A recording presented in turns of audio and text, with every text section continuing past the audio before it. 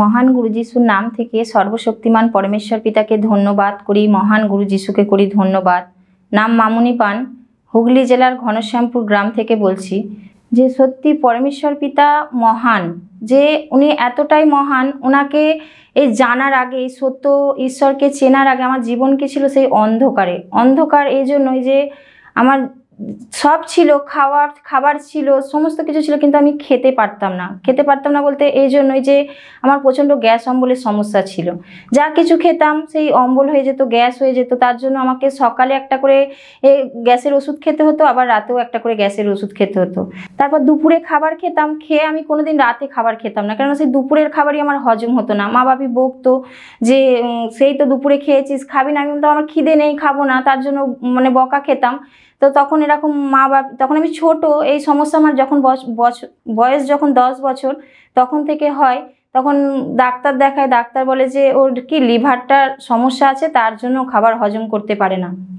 তো এরকম গ্যাস ওষুধ ডাক্তার দেখে, এরকম ওষুধ খেতে খেতেই বড় হয়ে যখন বিয়ে হয়, কিন্তু গ্যাস অম্বল কোনোদিন আমার কি পিছু ছাড়ে না। এইভাবেই আমি ভেবেছিলাম যে এইভাবেই আমার জীবন কাটাতে হবে, এইভাবেই কাটিয়েছি। যা কিছু খাবার খেতাম আগেই গ্যাসের ওষুধ খেয়ে নিতাম। খেয়ে তাও যখন বড় হলাম, বিয়ে হলো, সন্তান হলো, কিন্তু সেই গ্যাস অম্বল আমার জীবনে থেকেই গেল।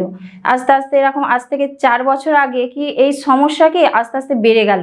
সেই গ্যাস অম্বল হতে হতে কোনোদিন হচ্ছে পেটের যন্ত্রণা, তো কোনোদিন হচ্ছে বুকের যন্ত্রণা। পেটের যন্ত্রণা মানে এতটাই পেটের যন্ত্রণা হতো যে সকালেও যন্ত্রণার ওষুধ খেতে হতো, বিকেলেও যন্ত্রণার ওষুধ খেতে হতো। যতক্ষণ যন্ত্রণার বড়ি খাচ্ছি কমছে, আবার যেই বড়ির ওষুধের যখনই অ্যাকশন শেষ হয়ে যাচ্ছে তখনই আবার কি যন্ত্রণা হচ্ছে।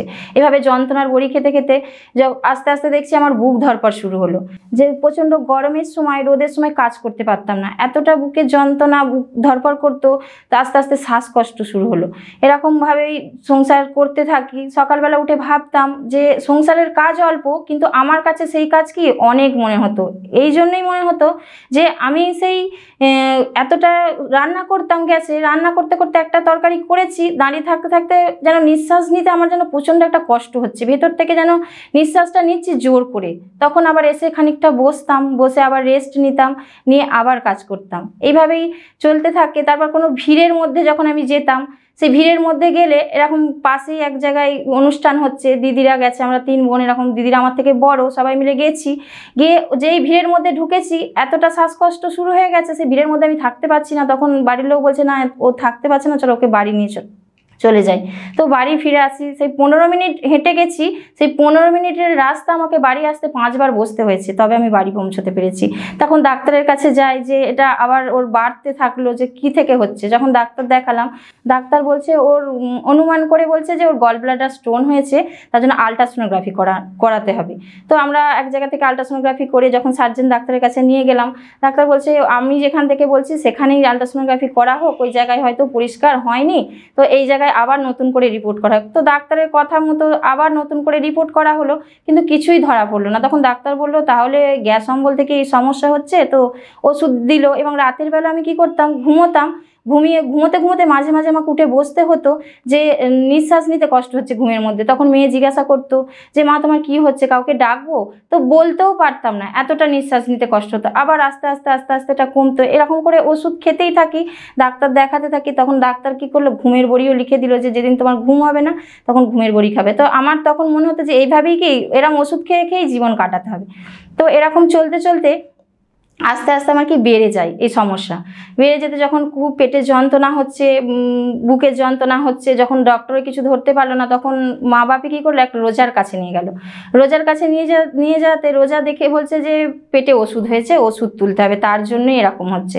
তো তাও করা হয়, কিন্তু সেই কিছুদিন ভালো থাকছি, আবার সেই পুনরায় সেই একই সমস্যা হচ্ছে। আস্তে আস্তে কি হচ্ছে, যখন পুনরায় ফিরে আসছে, আগে যা সমস্যা ছিল তার থেকে আরও বাড়তে থাকছে এতটাই যে এত পেটের যন্ত্রণা শুরু হচ্ছে, সেই যন্ত্রণার বড়ি। এমনকি যখন জ্বর হতো আমার, যদি হয়তো জ্বরের বড়ি রেগুলার খাচ্ছি, একটা করে কি দিনে 2টো খাচ্ছি, তখন আমি দেখতাম আমার শ্বাসকষ্টগুলো, যেদিন আমি যন্ত্রণার বড়ি খেতাম সেদিন শ্বাসকষ্টগুলো আরও শ্বাসকষ্টটা আরও বাড়তো, সেই দিনের যেন বেশি কষ্ট পাচ্ছি আমি।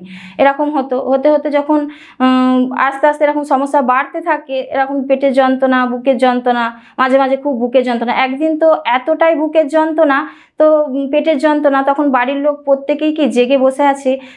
রাত্রে তখন 11টা বাজে, তখন কি ডক্টরকে ডাক দিয়ে বাড়িতে নিয়ে আসতে হয়। নিয়ে এসে বলে যে গ্যাস থেকে হচ্ছে, তার জন্য গ্যাসের ইঞ্জেকশন করে। তো সারা রাত ওইভাবে সকলের বসেই কেটে যায়। তো এরকম দিদিরা বলতো আমাকে যে তুই আমাদের থেকে এত ছোট, অথচ তোর মধ্যে এত কিছু সমস্যা। আমার মাঝে মাঝে নিজের উপর রাগ হতো যে আমি কি ইচ্ছা করে এসব করছি, কিন্তু তাতেও কি করতাম যে এগুলো আমার সঙ্গেই থাকতো। ওরা সবসময় আমাকে সাপোর্টও করতো, আবার বলতো যে মানে কোথাও যেতাম, হয়তো ওরা কোথাও যাবার কথা বললে আমি সেই হাঁটার ভয়ে যেতাম না, কারণ আমি হাঁটতে পারতাম না। আমার মেয়েকে 5 মিনিটের রাস্তা দিতে যেতাম হেঁটে হেঁটে, দিদিতে আমাতে যেতাম, 5 মিনিটের রাস্তা গিয়েও আমাকে মাঝখানে একবার বসতে হতো। বসে যেন আমি একটুখানি হেঁটে গেলেই যেন হাঁপিয়ে যেতাম। যদি কল পাম্প করতাম সেখানেও আমি হাঁপিয়ে যেতাম। 1 বালতি কল পাম্প করতে গিয়েও আমাকে 5 বার দাঁড়াতে হতো। এইরকম করে করেই আমার জীবন কাটতে থাকে। তখন দিদি এরকম এক দিদি আমাদের পাড়াতেই, তো দুটো দিদিভাই এরকম ঈশ্বরের সুসমাচার পায়, তারা দিদিকে শোনায় যে এরকম পরমেশ্বর পিতার ধন্যবাদ, গুরু যিশুর ধন্যবাদ, আর মণ্ডলীতে গিয়ে গুরু যিশুর নামে কাছে প্রার্থনা করলে সুস্থতার জীবন পায়। যখন আমার এরকম শরীর আস্তে আস্তে এরকম খারাপের দিকে যায়, দিদি কিন্তু আমাকে এই কথাটা মাঝখানে একবার শোনায় যে বোন, এরকম মণ্ডলী যা, গেলে এরকম সুস্থতার জীবন পাবি। তো গুরু যিশুর ধন্যবাদ আর পরমেশ্বর পিতার ধন্যবাদ দিলে মণ্ডলীতে গেলে সুস্থতার জীবন পাওয়া যায়। কিন্তু আমি তখন বিশ্বাস করি না, আমি যে এত কিছু তো আমি করছি, কিছুতেই ভালো হচ্ছি না, তো তাহলে ভালো হয়ে যাব, তখন গুরুত্ব দিইনি।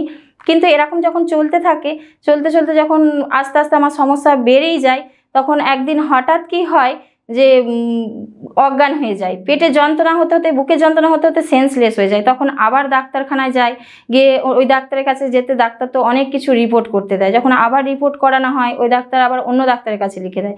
তার কাছে যেতে সে বলে যে কি ওর হার্টের প্রবলেম হয়ে গেছে আর পেটে প্যানক্রাইটিস হয়েছে, তো তার জন্যই এই সমস্যাগুলো হচ্ছে। তখন ধরা পড়ে রোগ। তখন ধরা পড়তে ডাক্তার বলে যে তুমি মনে হয় প্রচণ্ড চিন্তা করো। চিন্তা তো করতাম, কেননা যা কিছু রোজগার হতো সমস্ত কিছুই কি সব অপচয় হয়ে যেত। অপচয় হতো মানে আমার তো সমস্যা ছিল, হয়তো মেয়ে বড় হচ্ছে, মেয়েরও সমস্যা নানান রকম ছিল। আজ মেয়েকে ডাক্তারখানা নিয়ে যেতে হয়, তো কাল আমাকে ডাক্তারখানা নিয়ে যেতে হয়। তো এইভাবেই চলতে থাকে। তার জন্য চিন্তাও হতো যে সংসারে উপচয়ের থেকে অপচয় বেশি হয়ে যাচ্ছে। এইভাবে যখন চলতে থাকি, তখন ডাক্তারের কাছে যেতে ডাক্তার একদিনই 3000 টাকার ওষুধ লিখে দেয় এবং একটা বড় চার্ট বানিয়ে দেয় যে এই খাবার তুমি খেতে পারবে না, তোমাকে হালকা হালকা খাবার খেতে হবে, কোনো মিষ্টি খেতে পারবে না। তারপরে যে কোনো যন্ত্রণা, তোমার যে এত যন্ত্রণার বড়ি খেয়ে নাও। মাঝে মাঝে আমার দাঁতের যন্ত্রণা হতো, দাঁতের যন্ত্রণার বড়ি খেয়ে নিতাম। আর আমি এটা লক্ষ্য করতাম, যেদিন আমি যন্ত্রণার বড়ি খেতাম সেদিন আমার বেশি শ্বাসকষ্ট হতো। তো এতটাই শ্বাসকষ্ট হতো, রাত্রে ঘুমোতে পারতাম না। তখন আবার ঘুমের বড়ি খেতাম, এগুলো তো আমি জানতাম না, খেতাম, কিন্তু তাতে আমার সমস্যা কি আরও বাড়তো। ওষুধ খাচ্ছি, খেতে আমার সমস্যা আরও বেড়ে যেত। তখন ডাক্তার সেদিন বলে দিল যে তুমি যতই পেটের যন্ত্রণা হোক, শরীরে যে কোনো জায়গায় ব্যথা লাগুক, যন্ত্রণা লাগুক, তুমি কিন্তু কোনোদিনও যন্ত্রণার বড়ি খাবে না। ঘুম না হলেও জেগে বসে থাকবে, ঘুমের বড়িও খাবে না, কেননা তোমার হার্টে সমস্যা হয়ে গেছে আর পেটে প্যানক্রাইটিসের জন্য যন্ত্রণা হচ্ছে। তোমাকে এই ওষুধ এখন খেয়ে যেতে হবে। কতদিন খেতে হবে আমি বলতে পারবো না, কিন্তু তুমি এখন ওষুধ তোমাকে খেতেই হবে। এরকম একদিনই 3000 টাকার ওষুধ দেয়, দিয়ে বলে যে 15 দিন পর আবার এসো। তো এরকম বাড়ি চলে আসি। এসে যে দিদি আমাকে শুনিয়েছিল যে ঈশ্বরের পরমেশ্বর পিতার ধন্যবাদ, গুরু যিশুর ধন্যবাদ করলে সুস্থতার জীবন পাওয়া যায়, তখন বাড়িতে আসতে দিদি কিন্তু মাঝে মাঝে আমায় বলতাম, তখন বিশ্বাস করিনি। তখন তখন এবার বাড়ি এসেছি, সেই পেটের যন্ত্রণা তো আমার কমেনি, যে ওষুধ খাচ্ছি কিন্তু যন্ত্রণা কিছুতেই আমার কমছে না। তখন দিদি বলছে, বোন ওষুধ তো খাচ্ছিস, যন্ত্রণা তো কমছে না, তাহলে যদি সুস্থ হতে চাস বিনা ওষুধে, তাহলে পরমেশ্বর পিতার মণ্ডলীতে যা। যে দিদি এরকম বাড়িতে বসেই ঈশ্বরের কাছে প্রার্থনা করতো, পরমেশ্বর পিতার ধন্যবাদ দিয়ে, গুরু যিশুর ধন্যবাদ দিয়ে, ওর যা কষ্টের কথা পরমেশ্বর পিতার কাছে খুলে বলে সেই গুরু যিশুর নাম থেকে সে আমেন করতো। তখনই কি ও বাড়ি থেকে আশীর্বাদ বুঝতে পেরেছিল, পেরে বলতো, হ্যাঁ রে বোন, সত্যি ঈশ্বর আছে, তুই যা, তুই তো যন্ত্রণা হচ্ছে সহ্য করতে পারছিস না, তাহলে বড়িও খাওয়া যাবে না, কি করবি, যা না বলতে। তখন দিদির কথা শুনে আমি মণ্ডলী যাই, যে তাহলে যাই, গিয়েই দেখি। তো মণ্ডলী যখন গেলাম, যেতে সত্যি পরমেশ্বর পিতা মনের অনুসন্ধানকারী যখন মণ্ডলী উপস্থিত হলাম, উনি সেই পরাক্রম ওনার সাক্ষী, ওনার শিক্ষা সমস্ত কিছু শুনলাম। যখন এক দাদা ভাইয়ের এরকম সমস্যা ছিল যে ওনাকে ধরে, মানে উনি শিক্ষা দিচ্ছিলেন, শিক্ষা দিতে দিতে বলছেন যে ওনার এতটাই সমস্যা, ওনার যেদিন প্রথম মণ্ডলী উপস্থিত হয় ওনাকে ধরে আনতে হয়েছিল, এনে যে উপরে উঠতেও পারেনি, নিচে বসে সেই পরমেশ্বর পিতার শিক্ষা সাক্ষী সমস্ত কিছু শুনেছিল এবং অন্তর থেকে বিশ্বাস করে সেই পরমেশ্বর পিতার ধন্যবাদ, গুরু যিশুর ধন্যবাদ করে প্রার্থনা এটাই যে উনি শিক্ষার দ্বারাই উৎসাহিত করছিলেন এবং আমি সেই সমস্ত কিছু মন দিয়ে খুব শুনেও ছিলাম যে উনি বলছেন যে মনের কথা, যে যেটা কষ্টের কথা ঈশ্বরকে ওইখানে বসে বসেই বলেছিলাম, বলাতে কি পরমেশ্বর পিতার সঙ্গে সঙ্গে গুরু যিশুর দ্বারা আমেন করে দিয়েছিলেন। বাড়ি যাই যখন পুরো সুস্থ, যখন এরকম সাক্ষী যখন আমাকে পরমেশ্বর পিতা শোনালেন, শোনাতেই আমারও সেদিন মনে হলো যে সত্যি পরমেশ্বর পিতা এত মহান যে ওনার কাছে এত কিছু সমস্যা, শুধু যে একরকম সমস্যা নয়, যে যা সমস্যা নিয়ে উপস্থিত হয়েছে প্রত্যেককে পরমেশ্বর পিতা আশীর্বাদ করেছেন। তাহলে দিদির কথা তো একটাও মিথ্যা নয়, তাহলে আমিও তো তাহলে এই স্থান থেকেই সুস্থ হতে পারবো বলে সেই মুহূর্ত থেকে আমার এতটাই বিশ্বাস হয় যে সত্যি আমার তো জীবন অন্ধকার, তাহলে পরমেশ্বর পিতা সত্যিই সেই যে জাতি অন্ধকারে পড়ে থাকে তাকে বলে না যে মহা আলো দেখিতে পাইবে, আমার সেই অন্ধকার থেকে যেন আমি একটু একটু মনে হচ্ছে যে আমিও তাহলে আলো দেখিতে পারবো, আমাকেও তাহলে সুস্থতার জীবন পরমেশ্বর পিতা দেবেন। আমিও যদি মনের কথা পরমেশ্বর পিতার কাছে খুলে বলি, ধন্যবাদের দ্বারা যদি প্রার্থনা করি, উনি তো তাহলে আমাকেও সুস্থ করবেন। হ্যাঁ, সত্যি উনি পারেন। সেই দিন আমার সাক্ষী শিক্ষার দ্বারা প্রচণ্ড বিশ্বাস হয় আর অন্তর থেকে বিশ্বাস হয় যে হ্যাঁ সত্যি ওনাকে চোখে দেখা যায় না, উনি নিরাকার, হ্যাঁ, কিন্তু উনি সদা সর্বদা আমাদের সঙ্গে অঙ্গেই থাকেন। তার দ্বারাই কি এত সাক্ষী উনি দাঁড় করিয়েছেন।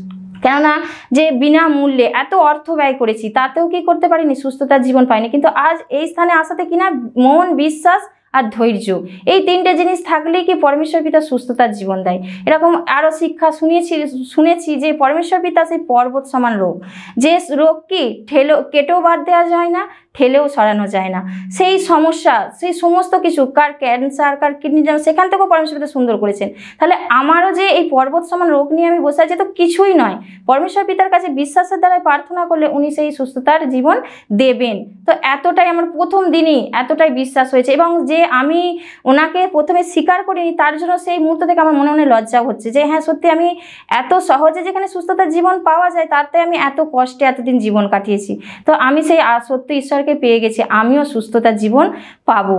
তো যখনই কি করলাম, মন থেকে পরমেশ্বর পিতার কাছে ধন্যবাদ দিলাম, এবং ওখানে যে দিদিভাই ছিলেন উনি পরমেশ্বর পিতার ধন্যবাদ, গুরু যিশুর ধন্যবাদ দিয়ে বললেন যে প্রার্থনা এটাই, তোমার যা কিছু সমস্যা তুমি সমস্ত কিছু ঈশ্বরের কাছে খুলে বলো, এবং সেই ঈশ্বরের আশীর্বাদ, যে আমরা ঈশ্বরকে আগে ডেকেছি কিন্তু আমরা জানতাম না যে ঈশ্বরের আশীর্বাদ কিভাবে পাওয়া যায়, কিন্তু যখন বললেন যে সেই সত্য পথ, যেটা আমার কাছে অজানা ছিল, সেই সত্য পথটা উনি জানালেন যে সেই গুরু যিশুর নাম থেকে চাইতে হবে, শুধু ঈশ্বর ঈশ্বর নয়, সেই গুরু যিশুর নাম থেকে যখন সে আমেন করলাম, সেই মুহূর্তেই পরমেশ্বর পিতা বলছেন আশীর্বাদ করে দেবেন। তো আমি সেই কথাগুলোকে অন্তর থেকে বিশ্বাস করেছিলাম, এবং ধন্যবাদ দিয়ে বসে যে ধন্যবাদ দিয়েছিলাম সেই অন্তর থেকে দিয়েছিলাম যে হ্যাঁ সত্যি পরমেশ্বর পিতা পারেন, এবং আমি এবার সুস্থ হবই। সেই বিশ্বাস আমার প্রথম দিনই জন্মেছিল সেই ওনার সাক্ষী শিক্ষা শুনে, যে হ্যাঁ সত্যি উনি অন্ধকার সন্তানদের জীবনে, অন্ধকারময় সন্তানদের জীবনে আলোর জ্যোতি হয়ে সেই গুরু যিশুকে পাঠিয়েছেন।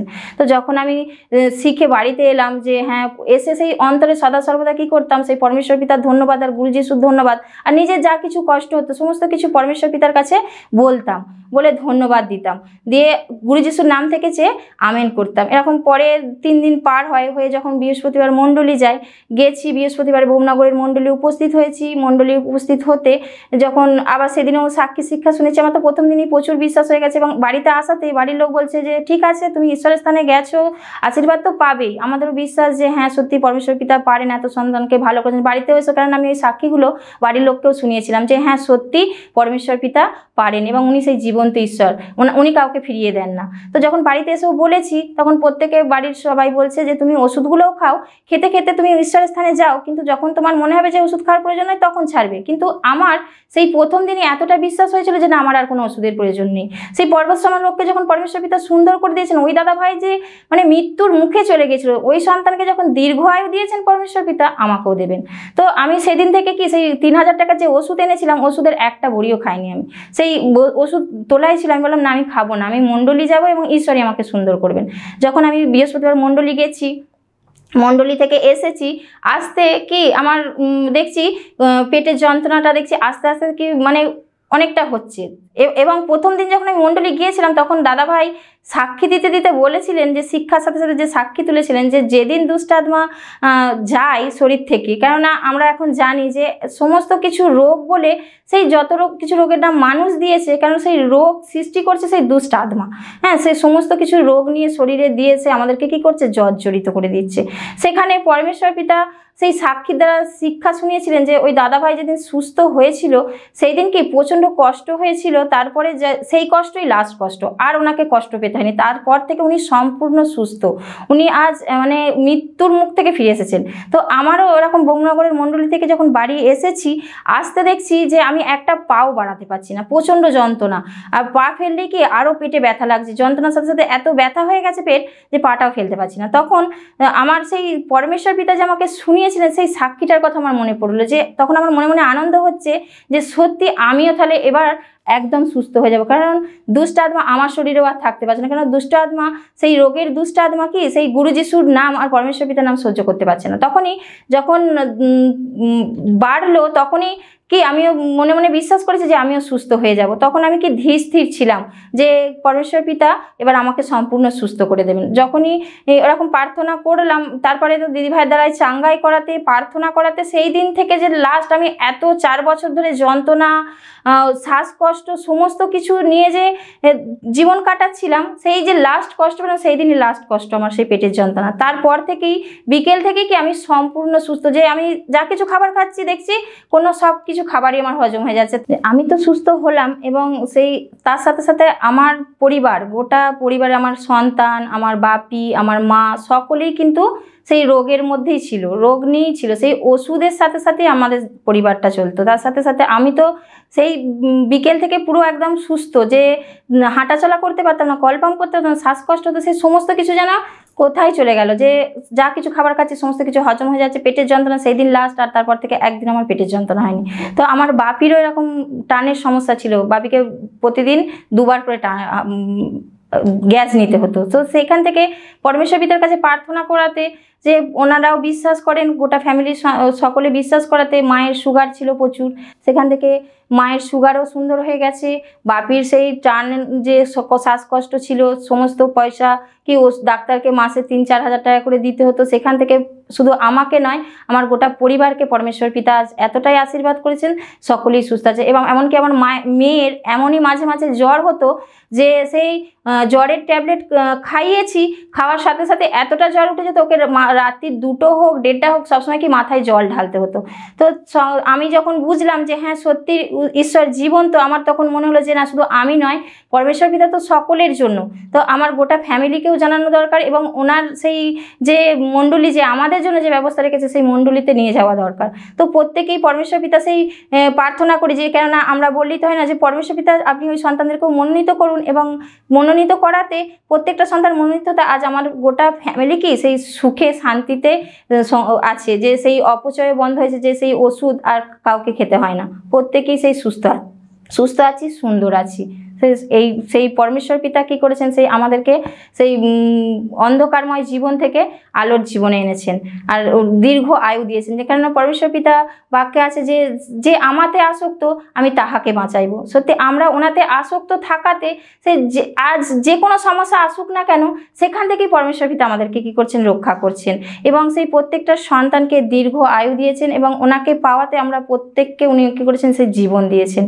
পরমেশ্বর পিতার সান্নিধ্যে আসার পর তো আমি যে আগে যে যা কিছু আমাদের রোজগার হতো সমস্ত কিছু সেই ডাক্তারকে দিতেই চলে যেত, সেই অপচয় হয়ে যেত, যে সংসার কী করে চলবে সেই চিন্তা করতে হতো। কিন্তু আজ ঈশ্বরকে পাওয়াতে সেই সমস্ত চিন্তা ভাবনার ভার ওনার ওপর ফেলে দিতে, যে উনি বলেছেন বাক্যে যে তোমাদের সমস্ত চিন্তা ভাবনার ভার আমার উপর ফেলিয়ে দাও, কেননা আমি তোমাদের জন্য চিন্তা করি। সত্যি বাস্তবিক উনি আমাদের জন্য চিন্তা করেন। আজ ওনাকে পাওয়াতে সেই অপচয়, যে সংসারের সমস্ত টাকা অপচয় হইতো সেখান থেকে পরমেশ্বর পিতা এতটাই উপচয় দিয়েছেন, আজ আমার পরিবার সম্পূর্ণ কি সেই অপচয়ের হাত থেকে রক্ষা পেয়েছেন। সেই সকলেই আছি, আনন্দে আছি, সুখে আছি, শান্তিতে আছি গোটা পরিবার, যে সেখান থেকে পরমেশ্বর পিতা আমাদেরকে চিন্তামুক্ত, আজ আর কোনো বিষয় নিয়ে কি চিন্তা করতে হয় না। সেই পরমেশ্বর পিতা সর্বদিক থেকে কি করেন, আশীর্বাদ করেন। উনি শুধু যে রোগমুক্ত জীবন দিয়েছেন এমন নয়, সেই অভাবমুক্ত জীবনও আমাদেরকে দিয়েছেন। আগে কি করতাম যে কর্ম ছিল না, আজ পরমেশ্বর পিতার কাছে থাকাতে, সেই ওনাতে আসক্ত থাকাতে উনি আমার চলার পথ সরল করে এগিয়ে তো নিয়ে যাচ্ছেন, তার সাথে সাথে আমাকে সেই কর্ম উনি দিয়েছেন। আজ বাড়িতে বসেই সেই কর্ম করছি এবং তার সাথে সাথে ওনার সাথে থাকতেও পারছি। সেখান থেকে পরমেশ্বর পিতা আমার গোটা ফ্যামিলিকে, যে বাপি যে অসুস্থ ছিল সেখান থেকে তো কোনো রোজগার করতে পারতো না, আজ পরমেশ্বর পিতা মানে কি কাজ করতো, একদিন যেত 5 দিন বন্ধ থাকতো, সেখানে পরমেশ্বর পিতা এতটাই আশীর্বাদ করেছেন, সে টাকা তো অপচয় বন্ধও করেছেন, সেখান থেকে উপচয়ের জীবন আমাদের প্রত্যেককে দিয়েছেন। আজ সংসারে কি আছে, সেই সুখ শান্তি সমস্ত কিছু উনি দিয়েছেন। তো পরমেশ্বর পিতা যেমন আমার জীবনে যেমন আশীর্বাদ করেছেন, তো পরমেশ্বর পিতাকে যে কেউ বিশ্বাস করবে তো তাকেই পরমেশ্বর পিতা কী করবেন, আশীর্বাদ করবেন। যে কেননা পরমেশ্বর পিতা আর গুরু যিশুকে যে পৃথিবীতে পাঠিয়েছিলেন শুধু আমাদের জন্য নয়, সেই গোটা জগতের জন্য, যেন সেই গোটা জগৎ ওনার পুত্রের দ্বারাই কি হয়, পরিত্রাণ পায়। তো ওনার পুত্রকে যে বিশ্বাস করবে, ওনাকে বিশ্বাসের দ্বারাই যে ধন্যবাদ দেবে, সেই সকল অন্ধকারময় জীবন থেকে পরমেশ্বর পিতা প্রত্যেককে এই আলোর জ্যোতিতে নিয়ে আসবেন। এবং যে যা সমস্যা, একরকম সমস্যা নয়, প্রত্যেকটা যে যা সমস্যা নিয়ে পরমেশ্বর পিতার কাছে উপস্থিত হবে প্রত্যেককে পরমেশ্বর পিতা আশীর্বাদ করবেন। যদি আমি যেমন সুস্থতার জীবন পেয়েছি, যে সন্তানেরা এখনও সেই অন্ধকারে পড়ে আছে তারাও যখন বিশ্বাস করে পরমেশ্বর পিতার কাছে আসবে এবং বিশ্বাস করে ধন্যবাদ দেবে, তারাও সেই সুস্থতার জীবন পাবে। তো এতটাই গুরু যিশুর নাম থেকে পরমেশ্বর পিতাকে ধন্যবাদ করি, গুরু যিশুকে করি ধন্যবাদ। সকলকে নমস্কার।